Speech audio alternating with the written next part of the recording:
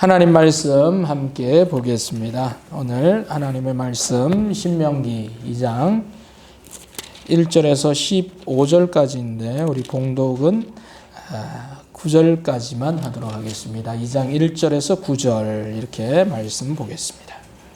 우리가 방향을 돌려 여호와께서 내게 명령하신 대로 홍해길로 광야에 들어가서 여러 날 동안 세일산을 두루 다녔더니 너희가 이 산을 두루 다닌 지 오래니 돌이켜 북으로 나아가라.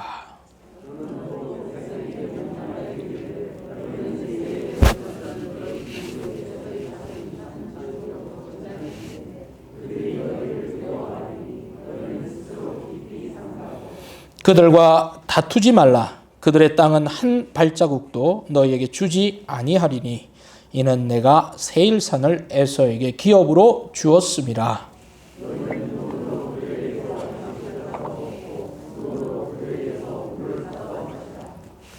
내 하나님 여호와께서 내가 하는 모든 일에 내게 복을 주시고 내가 이 큰 광야에 두루 다님을 알고 내 하나님 여호와께서 이 40년 동안을 너와 함께 하셨으므로 내게 부족함이 없었느니라 하시기로.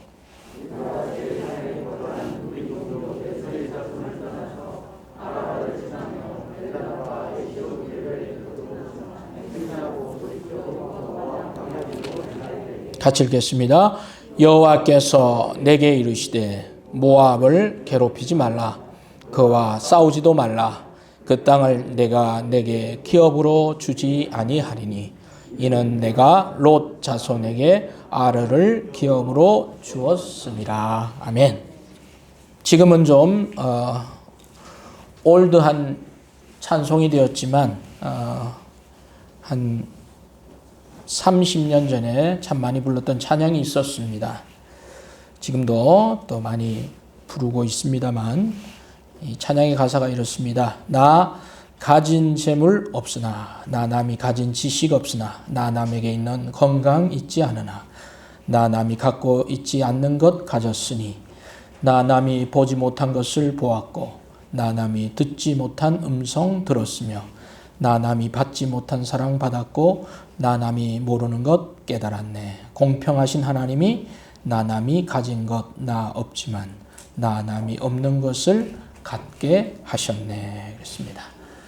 예, 이 찬송 제목이 나죠. 예, 참 가사가 너무 은혜롭고 또 주는 메시지가 너무 크다는 생각을 들을 때마다 할 때마다 합니다. 이 찬송은 1963년생인 이 송명희 시인이 쓴 시입니다. 네, 송명희 시인이 어떤 사람이냐면 태어날 때부터 뇌성마비로 태어났어요.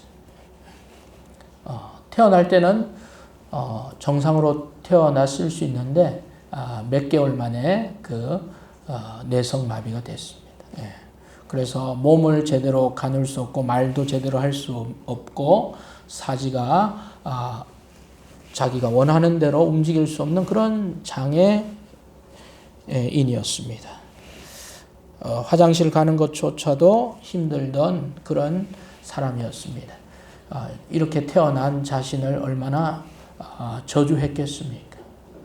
그런데 예수님을 만나고 그녀가 20살이 되던 때에 이 시를 썼어요. 하나님을 만나지 않으면 결코 나을 수 없는 글이죠. 나에게 있는 건강 있지 않으나 나 남이 보지 못한 것을 보았다. 듣지 못한 음성을 들었다.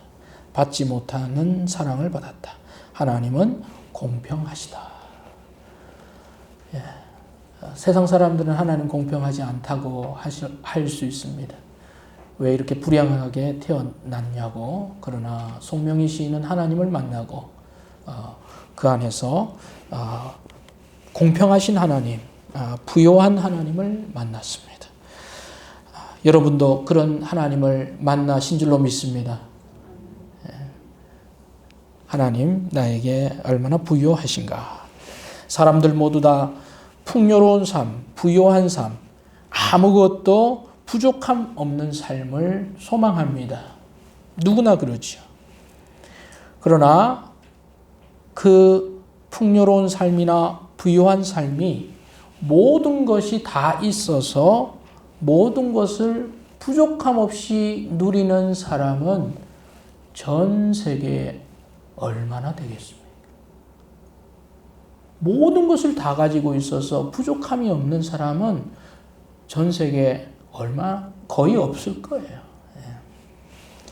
그러면 이 부유한 삶, 부족함 없는 삶은 모든 것이 다 있어서 누리는 삶이 아니라 부유하지 않아도 많이 부족하지만 하나님이 함께 하셔서 우리는 부족함 없는 삶을 누리는 줄로 믿습니다. 그 안의 의미를 우리는 발견할 수가 있는 것입니다.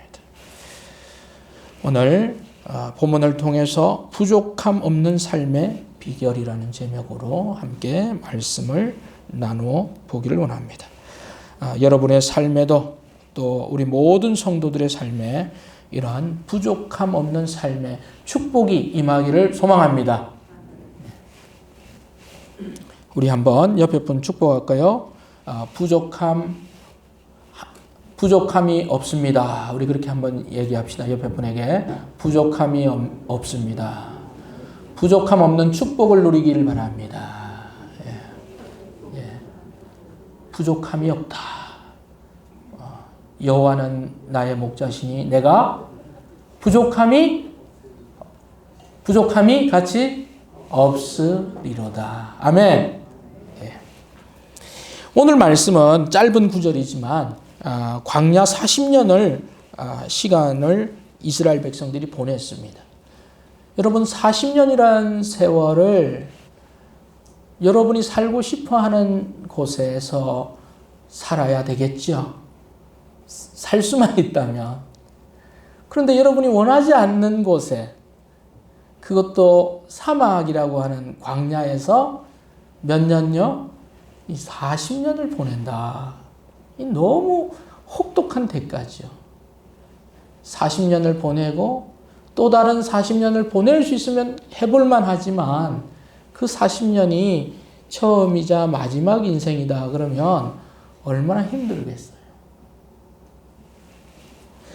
이스라엘 백성들 여기 신명기 2장 1절에서 9절에 보면 이 짧은 9절에서 그들이 산 40년의 세월이 그 안에 들어가 있습니다. 그 시간 동안 그들은 얼마나 많은 부족함을 느꼈습니까? 그러나 그들은 또한 부족함 없는 삶을 산 사람들도 있습니다. 그 비결이 무엇인가 오늘 살펴보도록 하겠습니다. 자, 오늘 본문 말씀에 보면 하나님께서 이 정탐 사건, 그러니까 이스라엘 백성들이 홍해를 건너고 이집트를 나오고 또 10가지 재앙으로 하나님께서 그들을 탈출해서 도우셨다는 그 사건도 중요하죠. 이게 너무 중요해요. 근데 중요한 것은 항상 또 어떤 의미가 있냐면 그것이 중요하다는 것은 그 다음이 더 중요하다는 거예요. 하나님께서 이집트로 430년의 종살이를 끊고 하게 한 이유가 무엇입니까? 이집트 나오는 것이 아니에요. 나와서 어디로 가는 거예요? 약속의 땅 가나안으로 가는 거예요. 그런데 이 가나안으로 가는 중간에 중요한 분수령이 바로 정탐꾼들의 사건이었다는 겁니다. 12명의 정탐꾼들을 보내어서 그들이 정탐한 내용을 들으며 백성들의 마음이 하나로 모아져서 온전히 다 나온 그대로 한 사람도 낙오 없이 가나안 땅으로 들어가야만 하는 것이 하나님의 바람이었습니다. 그런데 거기서 이제 분열이 생겼죠. 그 일로 인해서 하나님께서 이 백성들 전체를 바로 그냥 약속의 땅으로 보내시지 않으시고 거기서 이제 다시 광야로 돌아가라 이렇게 말씀을 하셨죠. 그게 1절, 2절, 2절입니다. 같이 한번 읽겠습니다. 시작. 우리가 방향을 돌려 여호와께서 내게 명령하신 대로 홍해길로 광야에 들어가서 여러 날 동안 세일산을 두루 다녔더니 여호와께서 내게 말씀하여 이르시되 그랬습니다. 여기서 내게 로 표현된 사람은 누구입니까? 이 신명기를 쓴 사람이죠. 누구지요? 모세죠. 그래서 모세가 성경에 5권을 썼다. 창세기, 출애굽기, 레위기, 민수기, 신명기. 그래서 모세가 쓴 5개의 경전이라. 그래서 뭐라 그러죠? 모세 오경이다. 그래서 모세 오경이 5권 있죠. 이 5권에 담겨 있는 의미, 이 5권인 한자가 주는 의미를 하나하나 독해하면서 삶의 의미를 드러낸 책이 뭐냐? 유대인들이 가장 귀하게 여기는 지혜의 책인 뭐라고요? 탈무드라는 거예요. 아시겠습니까? 탈무드가 어디서 딴 데 나온 게 아니라 성경을 해석해서 그들의 삶에서 주는 교훈, 그것이 뭐예요? 탈무드. 그러니까 성경을 해석한 책이에요. 지혜의 책이죠. 자, 여기 보니까 우리가 방향을 돌렸다 그랬죠. 원래는 방향을 돌리려고 하지 않으려고 했던 사람들이 있었습니다. 그들은 경솔하게 산으로 올라가서 무기를 들고 싸우겠다고 해서 어떻게 됩니까? 대패했죠. 실패를 경험하고 이제 방향을 돌리게 된다. 자, 어디로 방향을 돌립니까? 여호와께서 내게 명령하신 대로. 한번 따라합시다. 명령하신 대로. 하나님은 어떤 분이신가? 명령하시는 하나님입니다. 하나님 어떤 하나님이시라고요? 명령하시는 하나님. 여러분, 하나님 명령을 하십니다. 그래서 명령하셨는데 명령하신 대로 그들이 어디로 갔나? 다시 홍해길로 갔어요. 광야로 들어갔다. 여러분, 왔던 길이잖아요. 광야를 통해서 왔습니다. 홍해를 가르고 그 죽음을 뒤엎고 나왔는데 다시 어디로 가야 돼요? 왔던 그 홍해길, 홍해를 넘어가지는 않지만 그 왔던 그 방향으로 다시 간대요. 다시 광야로 들어간대요. 여러분, 마음이 어떻습니까? 새로운 곳으로 가야 되는데 다시 쭉 미끄러져서 뒤로 간다. 마음이 어때요? 좋지 않죠. 여기 보면 홍해길로 광야에 들어가서 여러 날 동안 세일산을 두루 다녔는데 이 여러 날에 밑줄을 치세요. 밑줄을 치면 며칠이겠어요? 갈로 열고 38년이라고 쓰셔요. 너무하시죠? 너무해요. 한 번의 불신이 이런 어떤 결과를 가져. 세일산, 이집트에서 나와서 그 남쪽 유대 광야, 그 경계 지역에 있는 그 지역에 계속 정처 없이 몇 년이에요? 38년. 여러분, 그렇게 다시 돌아갑니다. 여기 신명기에는 언급이 없지만, 이렇게 다시 내려가니까 백성들 중에 당연히 또 화한 사람들이 있겠죠. 왜 가느냐? 왜 우리를 이곳으로 인도하느냐? 그런 사람들이 생깁니다. 민수기 21장 4절 6절에 보면 백성들의 상한 마음들이 나와요. 같이 한번 읽어봅시다. 시작. 백성이 호르산에서 출발하여 홍해길을 따라 에돔 땅을 우회하려 하였다가 길로 말미암아 백성의 마음이 상하니라. 백성이 하나님과 모세를 향하여 원망하되 어찌하여 우리를 애굽에서 인도해 내어 이 광야에서 죽게 하는가? 이곳에는 먹을 것도 없고 물도 없도다. 우리 마음이 이 하찮은 음식을 싫어하노라 하매.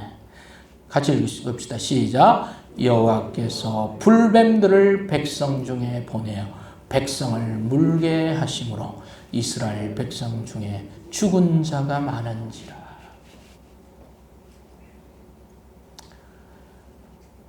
그런 것 같습니다. 하나님의 또 인도하심에 늘 불평하고 원망하고 또 반기를 들어서 음식, 길 모든 것이 못마땅해요.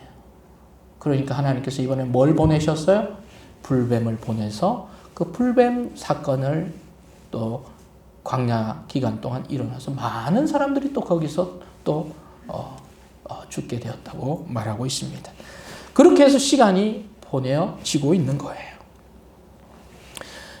자, 그 이후에 여러분 빨리 뭔가를 하고 싶어요. 빨리 하나님께서 주신 그 약속의 땅으로 가고 싶어요. 근데 하나님은 아직까지 말씀하지 않으셔요. 하나님께서는 기다리라고 말씀하십니다. 하나님께서 말씀하시기 전까지 움직여서는 안 되는 거예요. 그러다가 3절에 하나님께서 이제 말씀하십니다. 같이 읽읍시다. 시작. 너희가 이 산을 두루 다닌 지 오래니 돌이켜 북으로 나아가라. 할렐루야. 할렐루야. 하나님이 뭐라 그러셨습니까? 이제는 북으로 나아가라. 이제는 가라. 하나님이 말씀하시면 가야 하는 줄로 믿습니다. 하나님이 명령하셔서 방향을 돌렸어요. 또 하나님이 말씀하셔야 그들은 방향을 전환하는 것입니다. 두루 다닌 지 오래다. 수십 년이다. 38년입니다. 하나님의 때가 됐습니다. 이제는 북으로 나아가라. 이제 그렇게 하나님께서 드디어 진격 명령을 하신 거예요. 그래서 백성들은 이제 그 방향대로 돌아 북쪽으로 왔던 길이 아니라 정말 약속의 땅을 향해서 그들은 이제 다시금 새로운 마음으로 방향을 돌리게 된 것입니다. 성도 여러분, 하나님이 어떤 분이시라고 말씀하십니까? 하나님 명령하시는 분이시고 말씀하시는 하나님입니다. 아멘. 하나님 명령하시고 명령하십니다. 하나님 이 이스라엘 백성들에게 무엇을 명령하셨습니까? 광야로 가라, 북으로 가라. 하나님께서 방향을 결정해 주십니다. 하나님께서 우리 성도들에게 무엇을 말씀해 주십니까? 삶의 방향을 결정해 주시는 분이 하나님이신 줄로 믿습니다. 우리 성도들이 살아가야 될 삶의 방향이라는 게 있어요. 그 방향을 누가? 하나님께서 말씀해 주시는 거예요. 여러분, 삶의 방향이 무엇입니까? 하나님이 주신 방향이 뭐예요? 하나님이 주신 여러 가지 계명들이 있습니다. 이것은 지키고 이것은 하지 말고 이것은 반드시 하라고 하는 계명이 있어요. 그 계명을 10가지로 쫙 모은 게 뭐예요? 십계명이죠. 십계명. 우리 성도가 살아가야 될 방향 중에 하나가 뭐예요? 십계명은 우리가 알고 십계명은 지키고 살아야 되겠죠. 그런데 그 십계명이 그렇게 쉬운 것은 아니라 이 말. 출애굽기 20장 3절 17절 한번 보세요. 그 십계명이 무엇인가?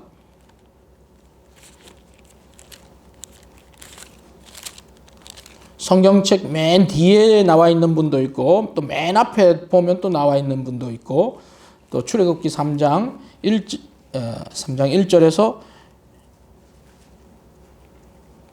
출애굽기 20장 3절에서 17절에 그 십계명이 있습니다. 제가 먼저 좀 읽겠습니다. 너는 나 외에는 다른 신들을 내게 두지 말라. 너를 위하여 새긴 우상을 만들지 말고 또 위로 하늘에 있는 것이나 아래로 땅에 있는 것이나 땅 아래 물속에 있는 것에 어떤 형상도 만들지 말며 그것들에게 절하지 말며 그것들을 섬기지 말라. 내 하나님 여호와는 질투하는 하나님인즉 나를 미워하는 자의 죄를 갚되 아버지로부터 아들에게로 3, 4대까지 이르게 하거니와 나를 사랑하고 내 계명을 지키는 자에게는 1000대까지 은혜를 베푸느니라. 너는 내 하나님 여호와의 이름을 망령되게 부르지 말라. 여호와는 그의 이름을 망령되게 부르는 자를 죄 없다 하지 아니하리라. 안식일을 기억하여 거룩하게 지키라. 엿새 동안은 힘써 내 모든 일을 행할 것이나 일곱째 날은 내 하나님 여호와의 안식일인즉 너나 내 아들이나 내 딸이나 내 남종이나 내 여종이나 내 가축이나 내 문 안에 머무는 객이라도 아무 일도 하지 말라. 이는 엿새 동안에 나 여호와가 하늘과 땅과 바다와 그 가운데 모든 것을 만들고 일곱째 날에 쉬었음이라. 그러므로 나 여호와가 안식일을 복되게 하여 그날을 거룩하게 하였느니라. 내 부모를 공경하라. 그리하면 내 하나님 여호와가 내게 준 땅에서 내 생명이 길리라. 살인하지 말라. 간음하지 말라. 도둑질하지 말라. 내 이웃에 대하여 거짓 증거하지 말라. 내 이웃의 집을 탐내지 말라. 내 이웃의 아내나 그의 남종이나 그의 여종이나 그의 소유나 그의 낙이나 무릇 내 이웃의 소유를 탐내지 말라. 이것이 10계명인데 이 10계명의 원리를 우리가 얼마나 지키고 있는가.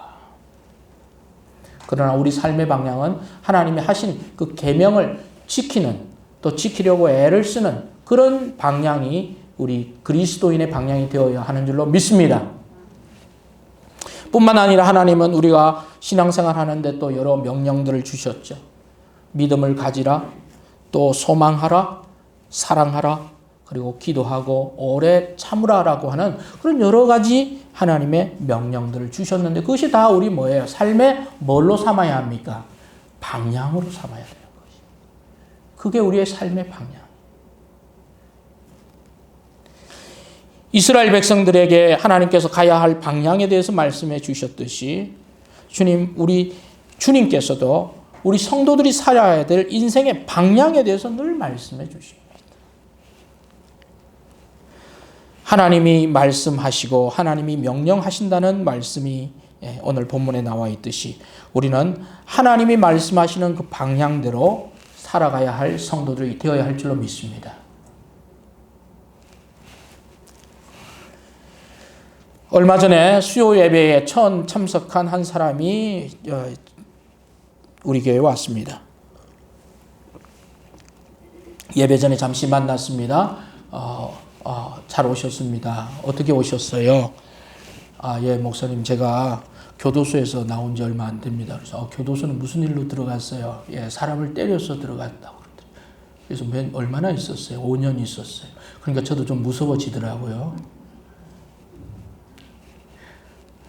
모르겠습니다. 그 사람이 저를 더 무서워했는지 모르겠지만, 네. 그래요. 잘 왔어요. 예배 잘 들었어요. 그러면서 수요 예배 하는데 제가 그 사람 의식하겠어요? 안 하겠어요? 의식해야 됩니까? 안 해야 됩니까? 얘기 좀 해보세요. 해야죠? 어떻게 해요? 이제 사람 때리지 마라. 그런 삶을 살지 마세요. 예수님 안에 들어오시면 당신의 진정한 평화가 있고 새로운 길을 갈 수 있습니다. 그런 얘기를 해야 되겠죠? 근데 대놓고 할 수는 없지만 제가 준비한 설교 본문을 가지고 그렇게 살 수 있다고 제가 계속 얘기를 했어요. 우리 성도도 아마 좀 힘들었을 거예요. 아마 목사님 갑자기 하던 설교 안 하고 왜 저렇게 할까? 왜냐하면 그분이 있었어요. 그래서 예배 마치고 또 가서 또 얘기를 좀 했어요. 그래서 돈이 좀 필요하다. 뭐 하는데 돈이 필요하냐? 일하는데 돈이 필요하다. 일하려면 그 보건증을 만들어야 되는데 노가다도 보건증이 있어야 돼요. 그래, 보건증 만드는데 얼마냐? 5만 원이래요. 그래서 그 신분증 좀 보여달라. 신분증은 못 보여주겠대요. 없대요, 저희가. 그래서 알았다. 그래서 제가 이제 1만 원을 드렸어요. 그러니까 얼마 뒤에 와서 갖겠습니다. 제가 그러더라고요, 그분이. 근데 몇 주 지났는데 왜 안 오지? 저는 지금도 기다리고 있습니다.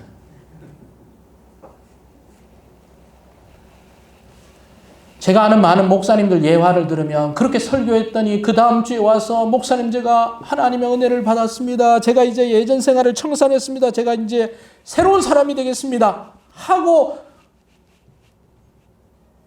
새 사람이 돼가지고 열심히 섬기는 성도도 되고 주일학교 교사도 되고 신문에도 나오고 간증으로도 나오는데 할렐루야. 제가 아직 그런 성공 미담 못 만들고 있어요. 하나님이 하시면 하겠죠.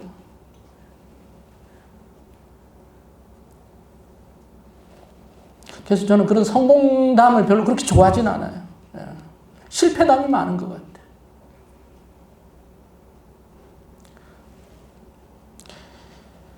방향을 좀 바꾸었으면 하는 그런 마음이에요. 제 마음이 아니라 하나님이 그 사람을 볼 때 그런 마음이지 않겠어요? 교회들마다 돌아다니면서 얼마 얻어가지고 그거 가지고 뭘 하겠어요? 술을 사 먹든 밥을 사 먹으면 그 인생 또 똑같은 돌고 도는 30년, 40년 광야에서 떠도는 인생이 돼요. 그 얼마나 비참해요. 하나님 말씀하실 때 방향을 바꾸는 사람들이 되어야 할 줄로 믿습니다.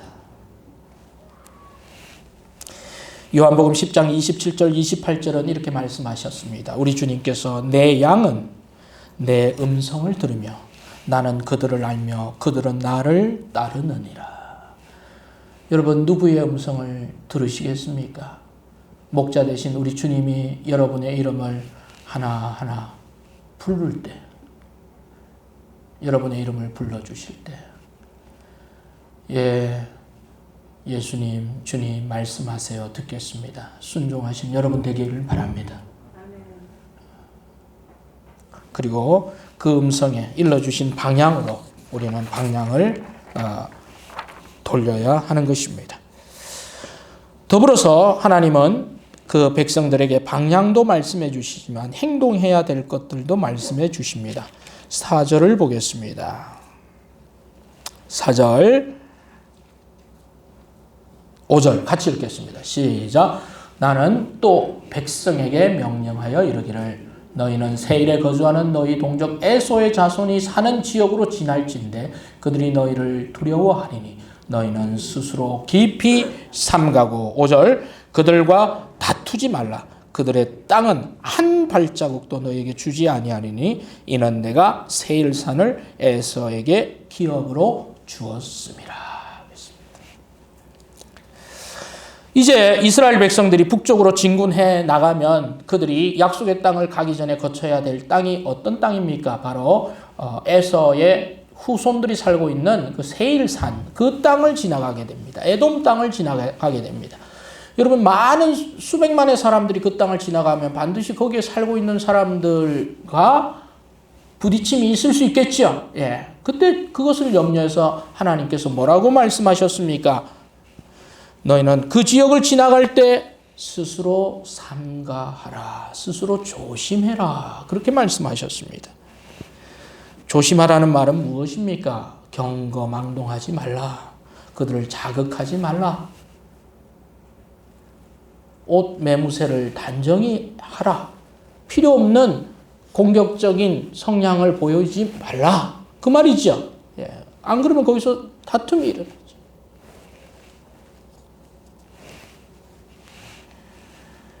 여러 사람들이 이렇게 한 떼거지로 이렇게 쭉 물려가면요. 이게 그 혼자 갈 때는 조용히 가던 사람도 여러 사람과 같이 가면 이 군중 심리가 있어가지고 이게 좀 사람들을 안하무인격으로 보는 그런 경향이 있죠. 그래서 뭐 시비를 걸어서 막 사람을 막 단체로 폭행하기도 하고 그런 거기에 연루되는 사람들도 있다 이 말이죠. 그런 거와 유사한 거예요. 그렇게 하지 말고 여럿이 갈 때도 너희들은 삼가하라. 자중하라. 진중하라. 신중하라. 그 말이죠. 그 이유는 무엇입니까? 5절에 나와 있듯이 그들과 뭐 하지 말라고요? 다투지 말라.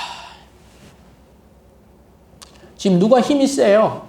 이스라엘 백성들이 힘이 셉니다. 그들은 두려워하고 있어요. 그럼에도 그들에게 무게를 잡지 말고 삼가하고 자신을 주의하고 그것을 지나가라고 말씀하셨습니다.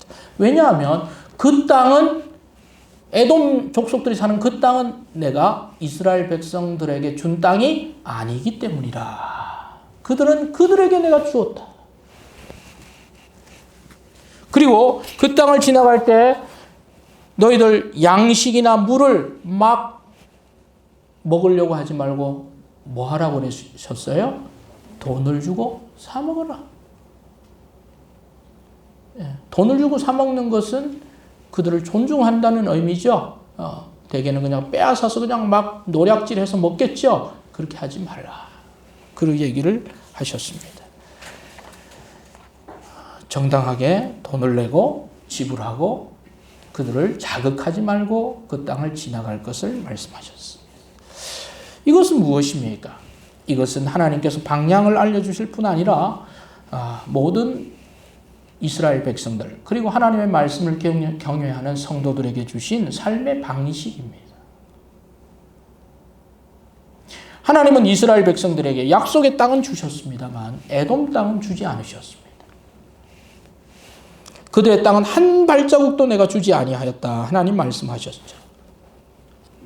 여러분, 하나님께서 우리에게 주신 것이 있습니다. 허락한 것이 있습니다. 허락한 것에 대해서는 우리 감사합시다. 그러나 허락하지 않은 것에 대해서는 우리 것이라 주장해서는 안 된다는 것입니다. 하나님이 어떤 사람에게는 물질도 주셨습니다. 어떤 사람에게는 권세도 주셨습니다. 어떤 사람은 건강도 주셨어요. 그러나 하나님은 나에게는 건강도 물질도 주지 않은 사람도 있어요. 속명이신 것 같아요. 그런데 나는 주지 않은 것 왜 하나님 주지 않으셨어요? 왜 나를 이 모양으로 만드셨어요? 그렇게 할 필요가 없는 것입니다. 주신 것에 감사해야 하는 것입니다. 어떤 사람은 10달란트 받은 사람이 있어요. 재능도 뛰어나고 머리도 뛰어나고 집안도 좋고 뭐 다 할 수 있는 거 다. 근데 어떤 사람은 1달란트 하고 싶지만 못했어. 그러면 그렇다고 해서 우리가 비교의식을 가지고 자기 비하를 하고 왜 나를 이렇게 했냐고 원망하면서 살아야 합니까? 아니에요. 주신 것에 감사하는 여러분 되시길 바랍니다. 주신 것만으로도 충분할 수 있습니다. 감사할 수 있습니다.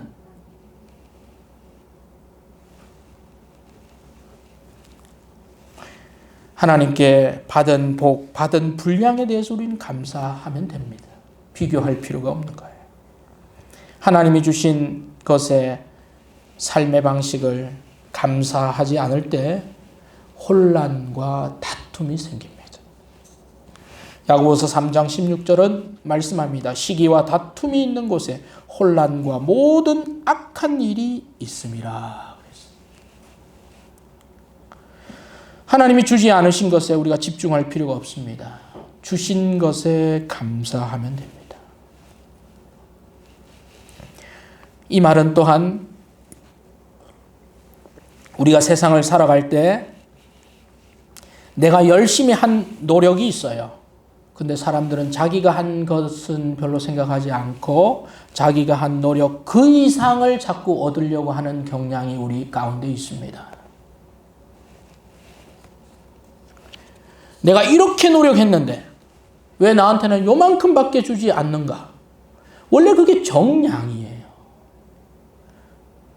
그런데 거기에서 더해서 주는 데가 있어요. 그걸 우리는 뭐라 그래요? 내가 하지 않았어요. 그런데 내가 요구할 권리도 없어요. 그런데 더 주셨어요. 그건 뭡니까? 은혜인 거예요.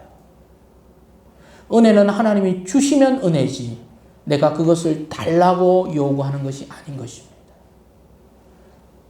그것은 권리가 되어버린 거예요. 얼마 전에 누군가에게 뭔가 일을 좀 시킬 일이 있었어요. 그래서 물건을 하나 배송하는 일이었어요. 금액이 얼마인지 물어보니까 4만 원이래요. 예. 이 집에도 전화하니까 4만 원이래요. 저 집에도 전화하니까 4만 원이래요. 근데 둘 다 4만 원이니까 가격은 4만 원이구나. 근데 제가 누구한테 시켰을까요? 전화를 더 예쁘게 응대하는 사람에게 시켰어요. 당연하죠. 저 사람은 퉁명스럽게 받더라고요. 그래서 그 사람은 안 줘. 일거리 안 줘. 예쁘게 전화 잘 받더라고. 4만 원. 그것도 4만 원이래도. 그래서 일을 맡겨 4만 원이에요. 결제하고 그 사람이 물건을 갖다 줬어요. 근데 단순히 물건만 갖다 주는 게 아니라 이게 물건 갖다 주는데 뭐 이렇게 중간에 또 자기가 수고도 하고 그랬어요. 그래서 이 사람이 쓴 수고가 있었어요. 다 마쳤다고 이제 저한테 전화를 한 거예요. 그래서 4만 원 이미 줬죠. 끝났죠? 예, 안녕히 가세요. 그래도 끝나는 거예요. 그렇죠? 근데 만 원을 더 주고 싶더라고요. 그래서 제가 만 원을 더 줬어요. 그러니까 되게 고마워하더라고요. 이게 은혜죠. 근데 만일에 4만 원 받았는데 아니 왜 4만 원밖에 안 주냐고 말이야. 일을 이렇게 시키고 원래 4만 원이었으니까. 그래서 자기 일에 감사하고 또 잘하면 더 받는 은혜가 있는 줄로 믿습니다. 근데 요구하고 뭐 당연한 것처럼 얘기하면요, 아니에요. 우리가 그래서 우리는 은혜 받기를 사모해야 되지만 은혜를 요구해서는 안 되는 거예요. 하나님이 은혜를 주시도록.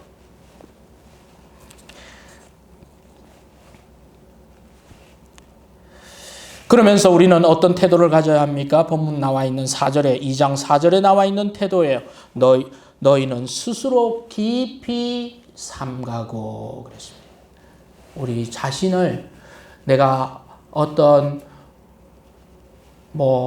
좀 우월한 또는 어떤 고난을 가지고 있는 또는 내가 힘이 센 이런 사람이라 할지라도 스스로를 늘 돌아보는 그런 성도 되기를 바랍니다. 스스로를 삼가야 되는 거예요. 경거망동하지 않고 삼가하며 자신을 늘 삼가하며 돌아보는 그런 삶의 태도를 우리는 가져야 하는 거예요. 그렇게 할 때 하나님께서 어떻게 말씀해 주셨습니까? 7절 말씀을 주셨습니다. 7절 말씀 같이 읽읍시다. 시작. 내 하나님 여호와께서 내가 하는 모든 일에 내게 복을 주시고 내가 이 큰 광야에 두루 다님을 알고 내 하나님 여호와께서 이 40년 동안을 너와 함께 하셨으므로 내게 부족함이 없었느니라. 아멘. 하나님께서 함께 계시면 그것이 강야라 할지라도, 그것이 파라다이스가 아니라 할지라도 우리가 하는 모든 일에, 여러분이 하는 모든 일에 그 축복이 임하길 바랍니다. 아멘을 좀 크게 해주세요. 여러분이 하는 모든 일에 하나님의 축복이 임하기를 원합니다. 모든 일이에요. 모든 일. 여러분이 하는 모든 일, 작은 모든 일, 큰 모든 일, 모든 일에 하나님이 축복을 해주시는 거예요. 그리고 어디에서도요, 광야에서도 하나님이 함께 하심의 축복이 있는 줄로 믿습니다. 여호와께서 너와 함께 하셨으므로 그랬어요. 제일 좋은 일은 뭐예요? 내가 예수 믿은 게 제일 좋은 일이에요. 그렇죠? 더 좋은 일은 뭐예요? 예수 믿은 나와 하나님이 함께 하신다는 게 더 좋은 일이에요. 아멘? 하나님이 함께 하신다. 여러분, 광야를 걸어가고 계시는 분이 있습니까? 하나님이 함께 하시는 축복이 있기를 바랍니다. 그 광야를 지나갈 것입니다. 광야를 통과할 것입니다. 광야에서도 하나님 돌보아 주실 것입니다. 그 결과로 어떤 삶을 살아갑니까? 부족함이 없었느니라. 한번 따라합시다. 부족함이 없었느니라. 부족함이 없었느니라. 부족함 없는 삶. 말씀 마무리하겠습니다. 지금으로부터 한 37년 전에 제가 초등 유년 주일학교를 다닐 때 전도사님이 개척을 하러 떠나셨어요. 개척을 하러 저기 시골로 가셨어요. 그런데 간 그 동네가 어디냐? 30호 정도 되는 시골 동네에 가셨어요. 주민 다수가 농사를 짓고 있었어요. 교회도 없었습니다. 개척이니까 가서 어떻게 해가지고 이제 교회가 누가 또 땅을 이렇게 주고 이렇게 해서 교회를 지었어요. 성도들이 가는 목사님, 전도사님이었죠 그때. 전도사님 뭐 여기서 정말 먹고 살기는 할까? 그 30호 정도 되는 사람들이 다 나온다는 보장이 없잖아요. 시골이란 말이죠. 수입이 얼마가 되겠어요. 예. 지금도 그 동네는 30호예요. 그런데 37년이 지난 지금도 보니까 그곳에서 우리 이제는 목사님 되셨죠. 딸을 낳으셨어요. 그리고 그 딸이 시집 갔어요. 또 그 딸이 또 손자, 손녀를 낳았어요. 또 지금도 그 교회에 출석해, 딸도. 그리고 목사님 그곳에서 지금도 사역해요. 우리 신학교 밑에 그 갈릴리 교회라고 있어요. 갈릴리 침례교회 한연석 목사님. 그 시골 교회에서 37년 지금도 사역하고 계셔요. 근데 지금은 그 동네가 비싼 동네가 됐더라고. 2천. 목사님 그러시더라고.